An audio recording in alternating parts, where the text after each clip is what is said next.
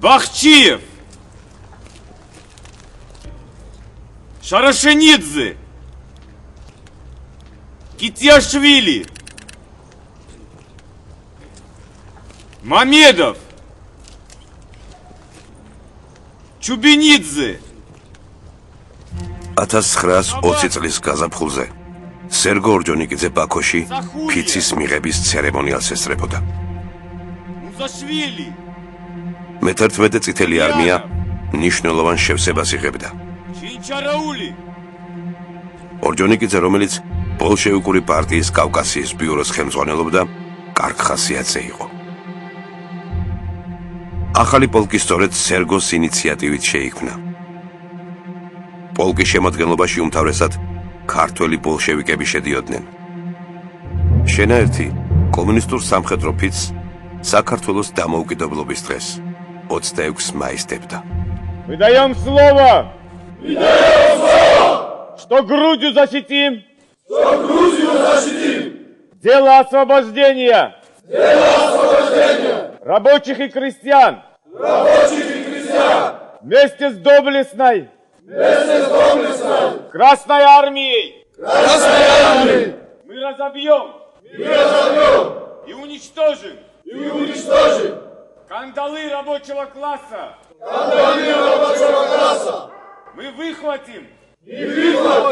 Наших братьев! Закавказских рабочих! И крестьян! Из рабства! Меньшевиков и буржуазии!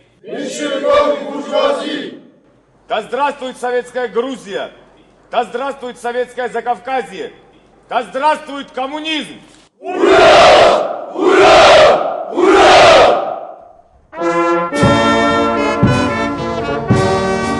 ქართული მუშურ-გლეხური პოლკის მეთაური გიორგი ბარამიძე ორჯონიკიძის გვერდით იდგა. იგი ისევე როგორც პოლკის ჯარისკაცთა უმრავლესობა კომუნისტური საქმიანობისთვის საქართველოდან გაძევებული ბოლშევიკი იყო.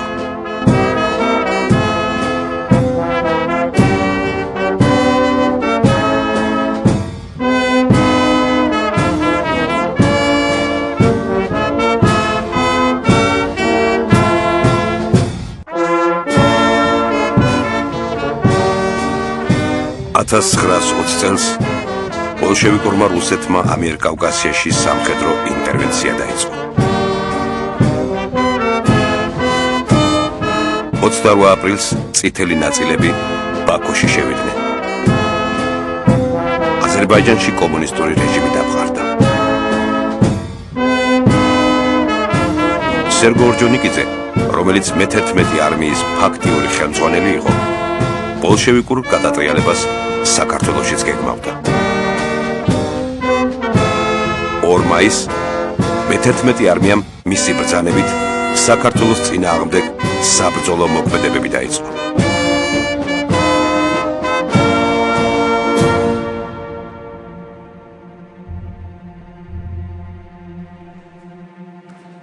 მაისს ორჯონიკიძემ მოსკოვში დაშიფრული დეპეშა გააგზავნა.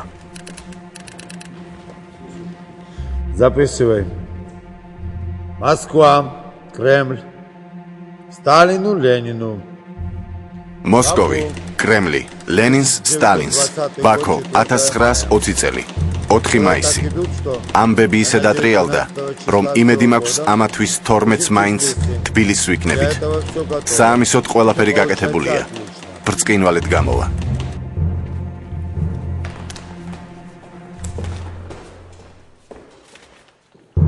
ორჯონიკიძის ენთუზიაზმი კრემლმა არ გაიზიარა. 1920 წლის მაისში რუსეთი ერთდროულად 2 ფრონტზე იბრძოდა. ბოლშევიკებს ყირიმიდან თეთრი გენერალი ვრანგელი უტევდა, ხოლო პოლონეთის არმია კიევს უახლოვდებოდა.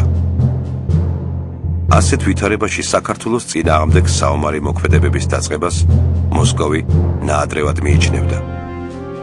მით უმეტეს, რომ მე-11 არმიის მოწინავე ნაწილები სასაზღვრო ბრძოლებში ქართულ შენაერთებთან დამარცხდნენ.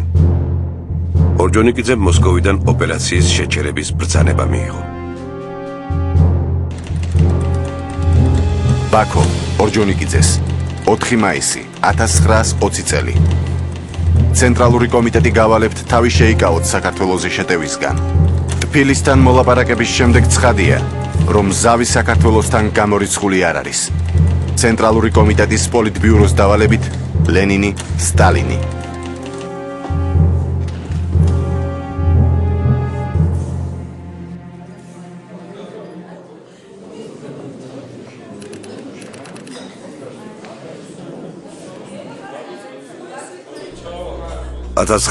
წლის 7 მაისს რუსეთსა და საქართველოს შორის სამშვიდობო ხელშეკრულება გაფორმდა. ამ ხელშეკრულებით რუსეთი საქართველოს დამოუკიდებლობას აღიარებდა და მის საშინაო საქმეებში ჩაურევლობის ვალდებულებას იღებდა. 4 ძირითადი პუნქტის გარდა დოკუმენტი საიდუმლო მუხლებსაც შეიცავდა, რომლებიც საქართველოში კომპარტიის ლეგალიზაციას და ქვეყნიდან რუსეთის მიმართ სრულად განწყობილი სახელმწიფო და ჯარების გაყვანას ითვალისწინებდა. საქართველოს ხელისუფლება კრემლის პირობებს უსიტყვოდ დათანხმდა.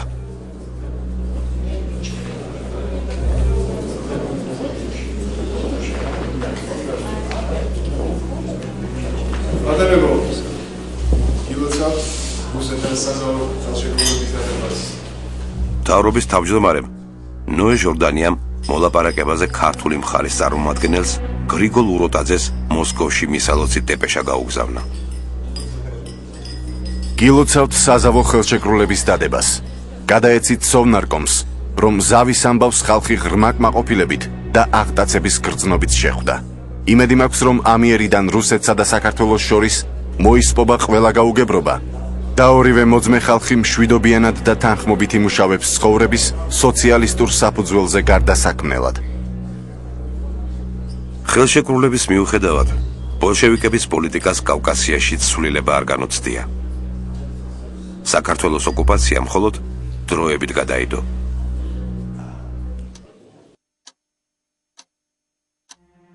მენშევიკებთან დაზავება სხვა არაფერია თუ არა ლენინური შესვენება. რამოდენიმე თვის შემდეგ თუ კი კომუნისტები ლეგალიზებულნი გახდებიან, საქართველო ისედაც გახდება საბჭოთა. ჟორდანიას ზავი ისე გაუხარდა, რომ თბილისი ბაირაღებით მორთო და ზარბაზნების სროლა დაიწყო. ეშინიათ მენშევიკები ვაჭრები არიან. ივაჭრებენ და ბოლოს მაინც დაგვთანხმდებიან. აზერბაიჯანის შემდეგ ცოტა ხანში სომხეთის ჯერით ადგა. 1920 წლის 29 ნოემბერს ბოლშევიკებმა ქალაქ იჯევანსა და დილიჟანში შეიარაღებული გამოსვლა მოაწყვეს. იმავე დღეს სომეხ კომუნისტებს დახმარება აზერბაიჯანში დისლოცირებულმა მე-11 არმიამ გაუწია.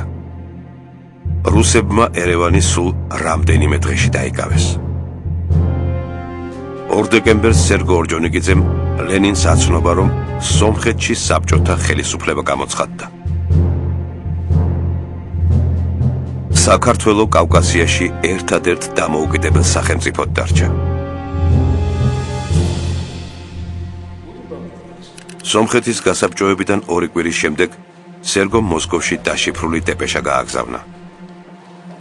ორჯონიკიძე საქართველოს წინააღმდეგ კვლავ ინტერვენციის ნებას ითხოვდა. მოსკოვი, კრემლი, ლენინს ტროცკის, ბაქო, 1920 წლის 15 დეკემბერი.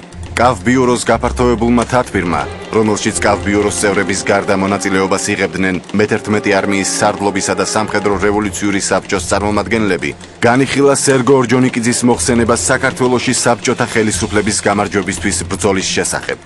თათბირმა ერთხმად და საიდუმლოდ გადაწყვიტა გარიჟრაჟზე საქართველოს საზღვრების გადალახვა. ყველაფერი მომზადებულია. ველით თქვენს მითითებებს.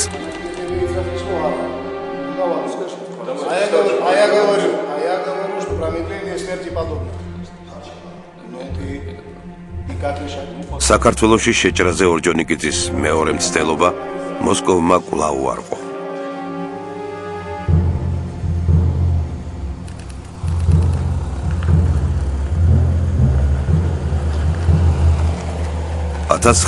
წლის დეკემბრის დასაწყისში ბაქოში სომეხ კომუნისტთა ჯგუფი ჩავიდა. დელეგაციაში ის ბოლშევიკები შედიოდნენ, რომლებიც პარტიის დავალებით წლების მანძილზე საიდუმლო ოპერაციებს ასრულებდნენ. მათ შორის იყო პროფესიონალი რევოლუციონერი, ახალციხის მკვიდრი იოსებ ლაზიანი, რომელსაც ორჯონიკიძე პირადად იცნობდა.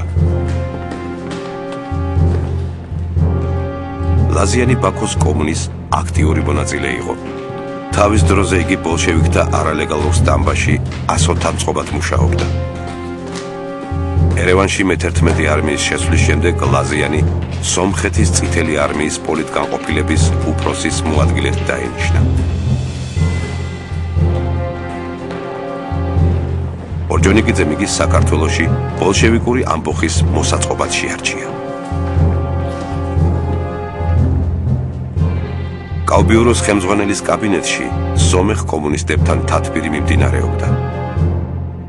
ორჯონიკიძე ლაზიანის ჯგუფს მომავალ ამბოხებასთან დაკავშირებით ბოლო მითითებებს აძლევდა. Всё поняли? Последнее указание вам даст товарищ Шелиава. Запомните, от этого задания зависит очень многое. Вы начинаете общую операцию, после которой будет открыт путь к советизации Грузии. Если провалите дело, то весь план полетит к чертовой матери. Понятно? Понятно. Ответственным за операцию будет первый секретарь ЦК Армении товарищ Георг Алиханян. Руководителем группы, которая будет работать на месте, назначается Иосиф Лазян. Докладывать каждый день о подготовке восстания. Никаких импровизаций. Все должно пройти по заранее согласованному плану. Итак, еще раз. Ваша задача – создать группу, которая проникнет в районе Лори, подготовить местное население к восстанию и выступить в назначенный срок против меньшевиков. Главная задача – захватить стратегический мост в селе Шагал, постоянно информировать о численности и состоянии грузинских войск в Лори. Для этого выделить отдельного человека. Запомните, за невыполнение задания будете отвечать перед партией головой.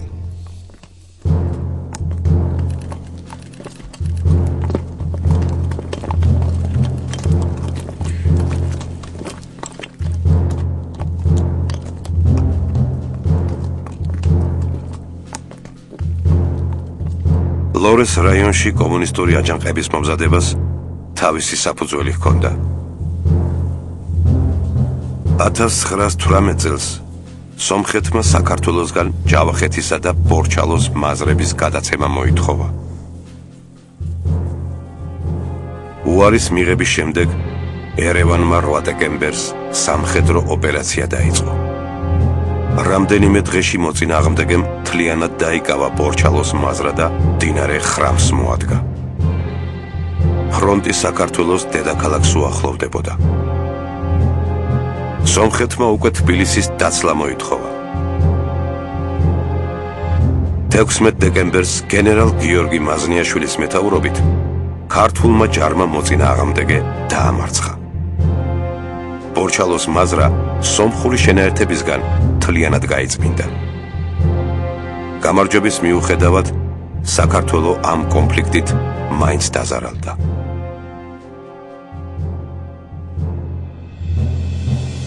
ინგლისის შუამავლობით მხარეებს შორის ზავი დაიდო. ბორჩალო, რომელიც მანამდე საქართველოს ტერიტორია იყო, სადავო გახდა და იგი სამ ნაწილად გაიყო. ჩრდილოეთის საქართველოს დაუტოვეს.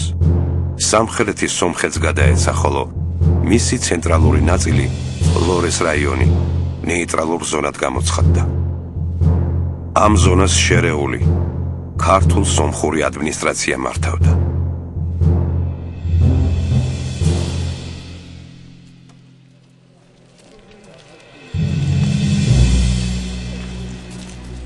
ზავის დადებიდან 2 წლის შემდეგ 1920 წლის 13 ნოემბერს საქართველოსა და სომხეთის მთავრობები შეთანხმდნენ, რომ ლორეს ნეიტრალურ ზონას დროებით 3 თვის ვადით ქართული ჯარი დაეკავებდა. როდესაც ერევანში ბოლშევიკური ხელისუფლება დამყარდა, სომხეთის საბჭოთა მთავრობამ ნეიტრალური ზონიდან საქართველოს ჯარების გაყვანა მოითხოვა. საქართველოს სომხებს მოლაპარაკება შესთავაზა, მაგრამ ეს წინადადება უპასუხოდ დარჩა. ორჯონიკიძის ვარაუდით, ლორე ბოლშევიკური აჯანყებისთვის ხელსაყრელი ადგილი იყო. რაიონში ძირითადად დუხობორი რუსები, სომხები და აზერბაიჯანელთა მცირე ნაწილი ცხოვრობდა. კომუნისტების გეგმით შრომელთა უკმაყოფილების ოფიციალური საბაბი ლორეში მდგარი ქართული შენაერთები უნდა გამხდარიყო.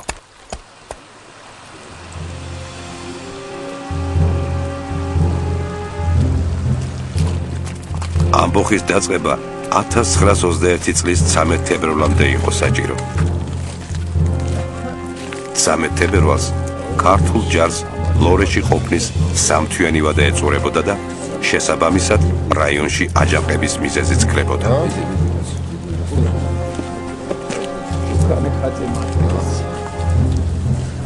1920 წლის 20 დეკემბერს ლაზიანის მეთაურობით ლორეში სომეხ კომუნისტთა კონსპირაციული ჯგუფი გადავიდა.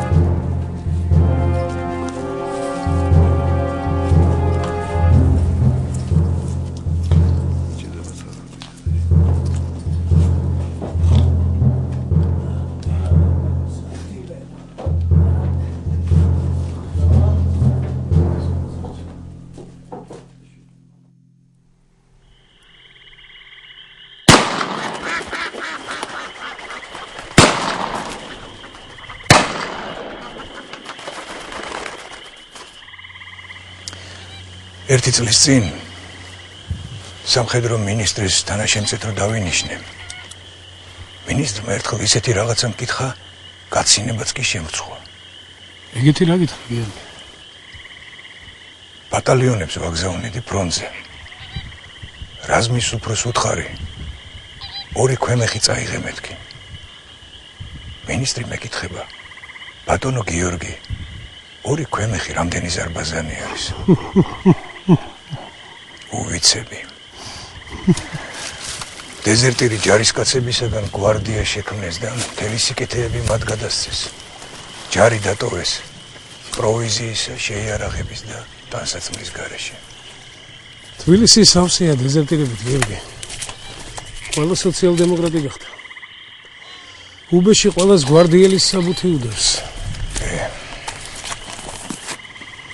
გუშინდელი მარადიორები პარტიაში და გვარდიაში ეწერებიან და თავს იძრენიან.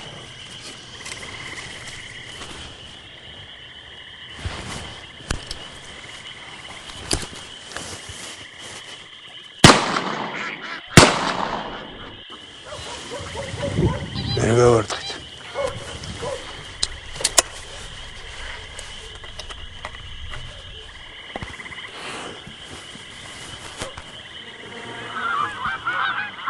თავარსარდლად რო დავინიშნე, ჯარიცა და გვარდიაც მე მექვემდებარებოდა.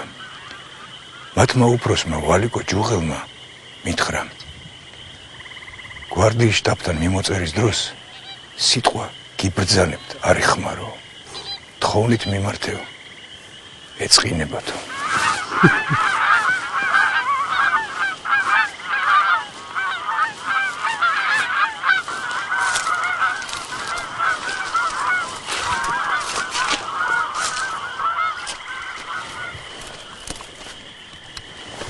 შორს არის გიორგი არის რომ არ მიწდება? არ მიწდება.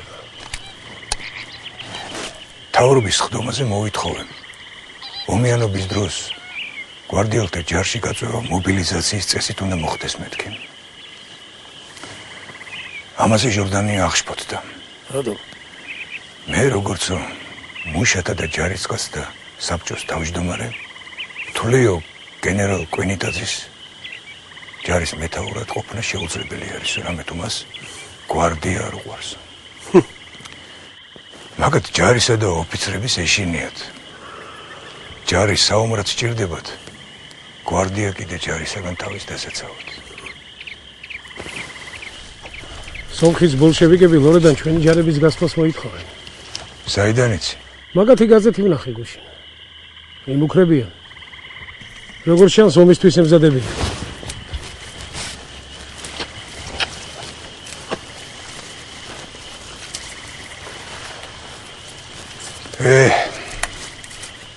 ლორეს ითხოვენ. მერე და ვინ შექმნა ეს მდგომარეობა? ჟორდანიამ გამარჯვებული ჯარი შეაჩერა და მოლაპარაკებები დაიწყო. დავთმეთ ის, რაც ჩვენ გამოყრალ ტერიტორიად მიგვეჭდა. ტერიტორიის დათმობა თუ უნდოდათ, მაგი უბრძოლოდათაც შეიძლებოდა. რიღასთვის ვიბრძოდით. მაგათვის ომზე მეტად მნიშვნელოვანი პარადი არის.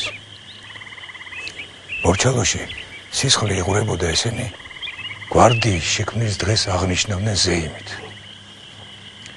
ფრონტის ხაზიდან ცხენოსან გვარდიელთა რაზმიც კი მოხსნეს. ანდა როგორ იბრძოდნენ. გვარდიელები პოზიციებს ტოვებდნენ მარტო იმის გულისთვის, რომ სანგრებში სციოდათ და ჩაის დასალევად მიდიოდნენ გვერდზე სოფლებში. იქიდან გადადიცოდა იქიდან.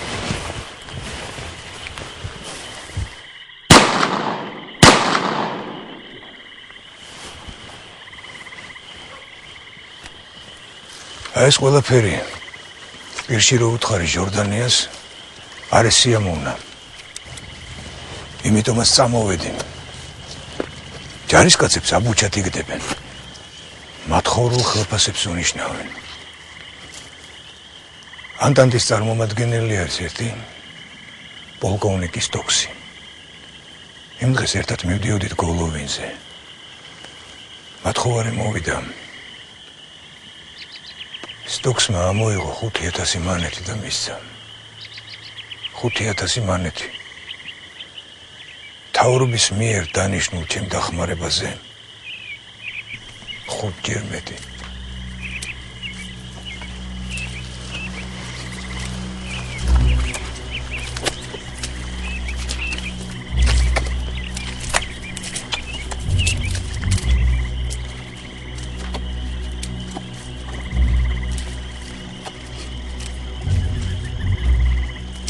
დამოუკიდებელი საქართველოს პერიოდში წარმატებული სამხედრო ოპერაციების უმეტესობა გენერალ გიორგი კვინიტაძის სახელს უკავშირდებოდა.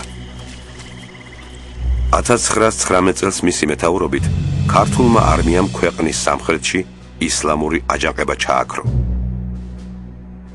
ერთი წლის შემდეგ კვინიტაძემ აზერბაიჯანის საზღვართან უკვე ბოლშევიკთა მე-11 არმიის შეტევა მოიგერია. მიუხედავად ასეთი წარმატებისა, ჟორდანიას სოციალ-დემოკრატიული ხელისუფლება გენერალს არ წყალობდა. 1920 წლის აგვისტოში მთავრობასთან სამხედრო საკითხებში მორიგი უთანხმოების შემდეგ კვინიტაძემ საქართველოს მთავარსარდლის თანამდებობა საკუთარი ნებით დატოვა.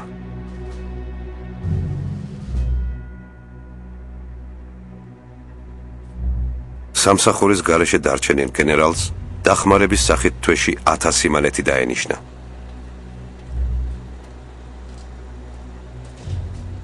ქვეყანაში არსებული მძიმე ეკონომიკური კრიზისის გათვალისწინებით, მთავრობის მიერ კვინიტაძისთვის დაწესებული თანხა უფრო დაცინვას გავდა, ვიდრე დახმარებას.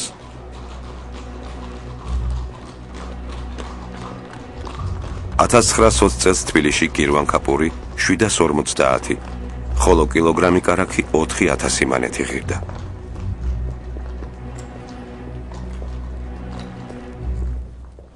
ბატონო გიორგი, როგორ ბრძანდებით? კარგად გმალობთ. სამი თვე არ ვინახი ხართ, რაც სამსახური მიატოვეთ, ვეღარ მოგიხელდეთ. იუნკერებთან ავარ, სტრატეგიისა და სამხედრო ისტორიის კურსს კითხულობ. მთელ თავისუფალ დროს მათთან ვატარებ. სამხედროებში ახალ დანიშნულებზე რა აზრის ხართ? ვის გულისხმობ? თავარსარდალს. ოდიშელიძეზე რას მეტყვით? ოდიშელიძე კარგს ვერაფერს მოგვიტანს. არა, შეიძლება არც არაფერი გააფუჭოს, მაგრამ გადამწყვეტ მომენტში პასუხისგებლობას ვერ აიღებს. ინიციატივა მტკიცე ხასიათი არ აქვს. მეც ასე ვფიქრობ. ნატალია გამოცდილი გენერალია, მაგრამ დღევანდელ პოლიტიკაში არ გამოგვადგება. ვერ აწყობს ჯარს. ეს თქვენი კერძო აზრია თუ მთავრობაშიც ასე ფიქრობთ? არა, ბოლოს ფიქრობს. აბა მთავარსარდლად რაღაც ნიშნავდით? ვერცმანი არ ვიცი. ეთყობა სხვა ვერ გამოიძებნა. იმიტომ არ კარგ დღეში ბატონო აკაკი. კარგად ზანდებოდეთ. კარგად ზანდებოდეთ. შემომიარეთ საღამოობით სამინისტროში ვისაუბროთ. თუ მოიცლი შემოგივლით.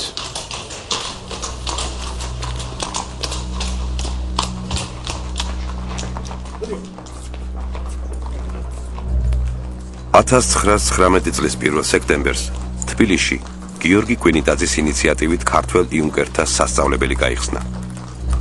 სკოლის პირველი ხელმძღვანელიც კვინიტაძე იყო. მთავარსარდლის პოსტიდან გადადგომის შემდეგ ყოფილი გენერალი კვლავ სკოლაში დაბრუნდა. იმ პერიოდში კვინიტაძეს იმდენად უჭირდა, რომ უფულობის გამო ლექციებზე სახლიდან ფეხით დადიოდა. მისი ხელფასი სულ 9000 მანეთს შეადგენდა.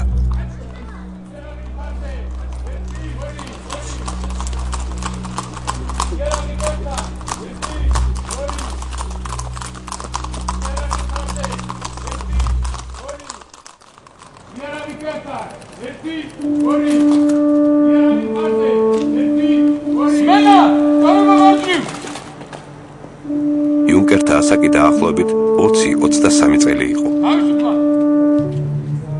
მომავალ ოფიცრებს სამხედრო ისტორიას, ტოპოგრაფიას, ფორტიფიკაციას, ტაქტიკას და სხვა სამხედრო საგნებს ასწავლიდნენ. დილით თეორიული მეცადინეობა იმართებოდა. შუადღის შემდეგ კი იუნკერებს სროლაში, ჯირითსა და სამწყობრო საქმეში ავარჯიშებდნენ. სკოლის პროგრამაში საერო საგნებიც შედიოდა. ისტორიის ლექციებს უნივერსიტეტის პროფესორი ივანე ჭავახიშვილი კითხულობდა. მწერალი ვასილ ბარნოვი კი იუნკერებს ლიტერატურაზე ესაუბრებოდა.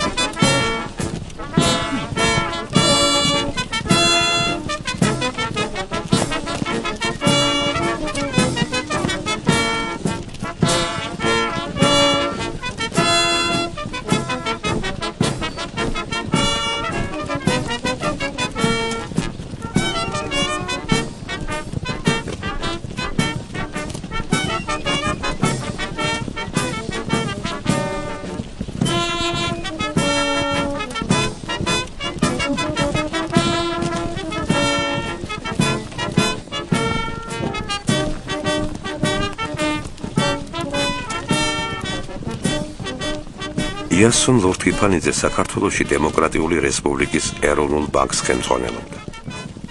თბილისში სულ 4 წლის ჩამოსული იყო. მანამდე იასონი ოჯახთან ერთად 10 წლის განმავლობაში ვლადიკავკაზში ცხოვრობდა, სადაც ადგილობრივი ბანკის მმართველი იყო. რუსეთში რევოლუციის დაწყების შემდეგ იასონმა ვლადიკავკაზი მიატოვა და ოჯახთან ერთად საქართველოში ჩამოვიდა.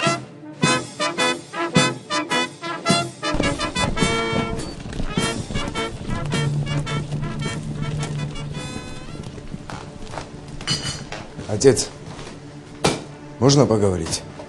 Слушаю. Я решил поступить в юнкерское училище. Экзамены уже сдал. Так что с 1 сентября буду ходить в погонах. Ну ты ведь рисовать собирался. Я так решил. Думаю, что в наше время нужнее винтовка, чем кисть.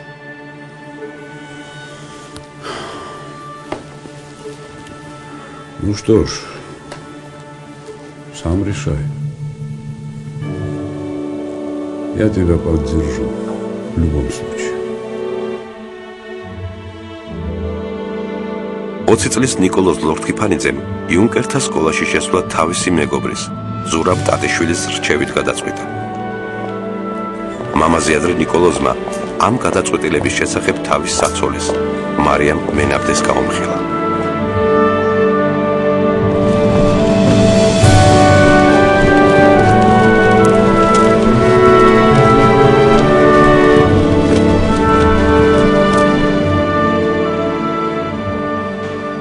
ათას 920 წლის მიწურულს საქართველოს მთავრობამ რუსეთის საიდუმლო გეგმა მოიპოვა, რომელიც მიზნად საქართველოს ოკუპაციას ისახავდა. ჟორდანიას მთავრობას ეს ინფორმაცია საქართველოს ელჩმა აზერბაიჯანში გაბო ხუნდაძემ მიაწოდა. ბატონო, გაბო ხუნდაძე მოვიდა. შემოდი, გაბო, შემოდი. მდგომარეობა იმდენად საგანგაშო იყო, რომ ხუნდაძე ჟორდანიასთან შესახვედრად თბილისში თავად ჩავიდა. რა ხდება ჩვენს თავს? რა ამბავი ასნახეთ? ბოლშევიკების შემოტევას აპირებენ ჩვენზე, ბატონო ნოე. მომავალ წელს უნდათ ჩვენთან ომის დაწყება. იანვარ-თებერვალს ფიქრობენ შემოსვლას. გეგმა მე თვითონ წავიკითხე. ორჯონიკიძე და მე-11 არმიის მთავარსარდალი აწერენ ხელს. ყველა მხრიდან უნდათ ომის გაჩაღება. რას ამბობ, გაბო? ეს მაგათი რუქებია, ბატონო ნოე. შეხედეთ. თავდასხმას 5 მხრიდან გეგმავენ. აფხაზეთი, როქისა და მამისონის უღელტეხილი. აზერბაიჯანის მხარე და სომხეთი. აზერბაიჯანში მყოფი მე-11 არმიის გარდა ორჯონიკიძე ომისათვის კიდევ ერთ არმიას ითხოვს ბუდიონისა და ჟლობას ცხენოსანთა კორპუსაც ითხოვს დამატებით. საიდან გაქვს ეს ცნობები, გაბო?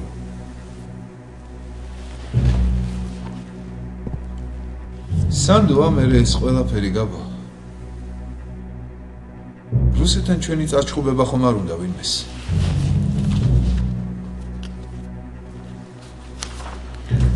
სანდოა, ბატონო ნოე.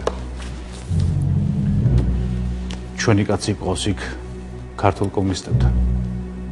ის გვაწვდის ყველა ინფორმაციას. 2 კვირის წინ ბაქოში დიდი თავყრილობა ყოფილა.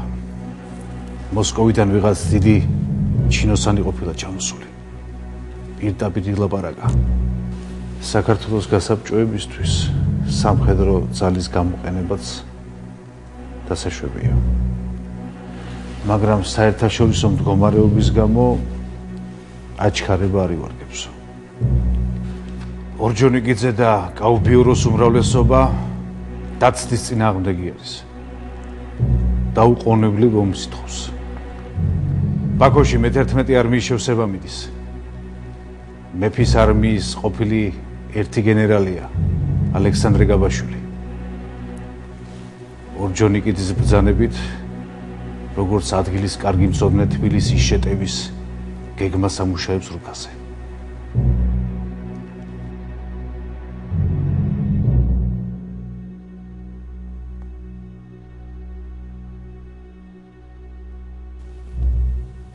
იქნებ მართალიც იყო. ამ რამდენიმე დღის წინ რუსეთის სამხედრო წარმომადგენელმა ტოლსტოიმ შეხვედრა მთხოვა საიდუმლოდ. მაგის ბინაზეც შევხვდით. არ ვიცი რად, მაგრამ მითხრა რომ რუსეთი თქვენს წინააღმდეგ გალაშქრებას აპირებს. და თუ შეგიძლიათ რაიმე დათმობაზე წასვლაო. რა მიზეზით უნდა დაგვესხას თავს, რა უნდათ მეთქი. კონკრეტულად ვერაფერი მიპასუხა. მაშინ ეს პროვოკაციაც ჩავთვალე და მისი დაშინება გადავწყვიტე.